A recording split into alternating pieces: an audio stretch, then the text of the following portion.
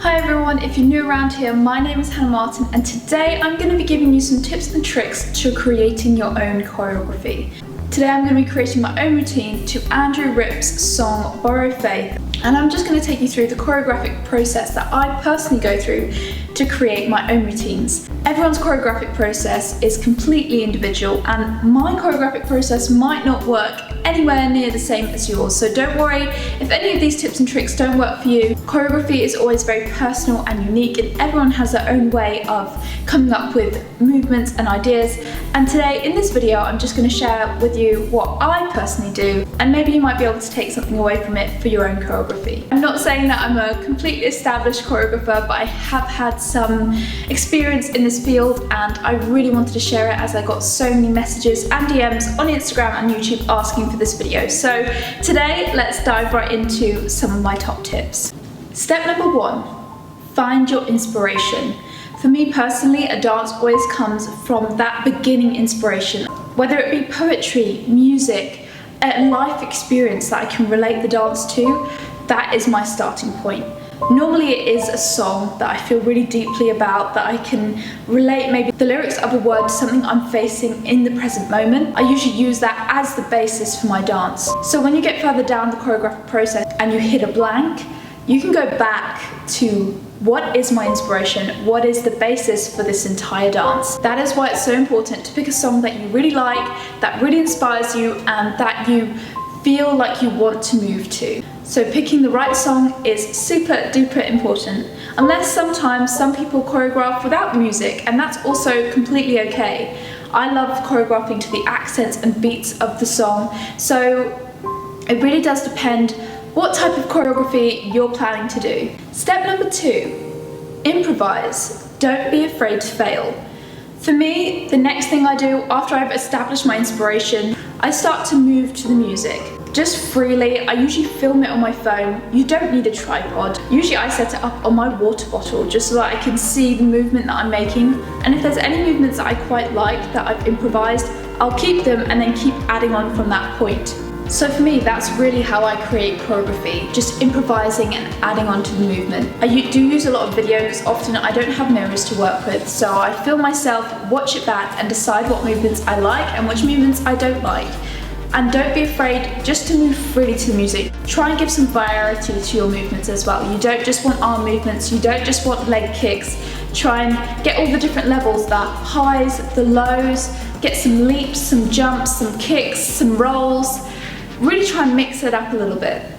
For some people, improvisation is a lot harder than others, and that's completely okay. But like anything, it takes practice. So the more you do it, the easier it will get. So step number 3, after you've established quite a sequence of steps because you've improvised and added on from that point, you're ready to start rehearsing and practicing the routine. Don't be afraid to go back and change some movements if you want to. The choreographic process continues even after you've finished the routine. It's about refining it, and if there's movements you want to add or movements you want to cut out, making it more in time with the music or more emotive, find those moments, those highs and those lows, try and give it some dynamic. Some routines take weeks and even months to really refine and make them as perfect as you'd like them to be.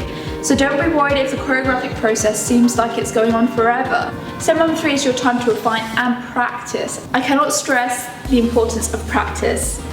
Routines, even if you've created them, are still needing constant rehearsal. The more you practice it, the better it will look. Step number 4, this is kind of optional, but I find it really helpful, writing a poem along with the routine to give it that extra depth. Now, writing isn't for everyone, but really think about the concept of your dance. What story are you telling through it? What is the inspiration behind it? Giving it that extra layer brings a whole new life to the dance. It's not just about the technical part, which we did in step 3 by refining it and practicing it, showing something special. I love writing a poem about the routine that I'm doing, and that really helps adding that extra depth. When I'm dancing, I think about the words of the poem, and in every movement I'm thinking of growing and performing. Which leads me on to my final step. Step number 5, performance. So now you've done all the rehearsal, the refining, thinking about the concept and the inspiration, you need to really think about that performance. How are you going to convey all this work you've done to an audience? Think about the angles of your movements. How is it going to look from the front, from the side? What facial expressions are you going to use that's going to tell them about your concept? How are you going to make the biggest impact with your choreography on a stage? The dance that I've created today, it still needs to go through steps 3, 4, and 5, but this is a basic, roundabout look of the dance.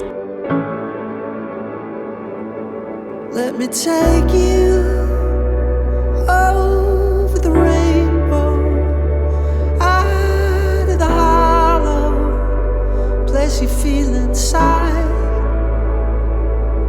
Let me lead you out of the shadow, out of the darkness. Let me shine a light. I wanna be the one who believes in you. A bullet to the heart I can see right through. Nothing left to hold, nothing left to do. I don't know why beautiful things gotta die. Our love will survive. We've got to borrow faith. Guys, I really hope that was helpful for you. If it was, make sure to give this video a big thumbs up. Comment down below, what is your choreographic process? Did any of these tips help you?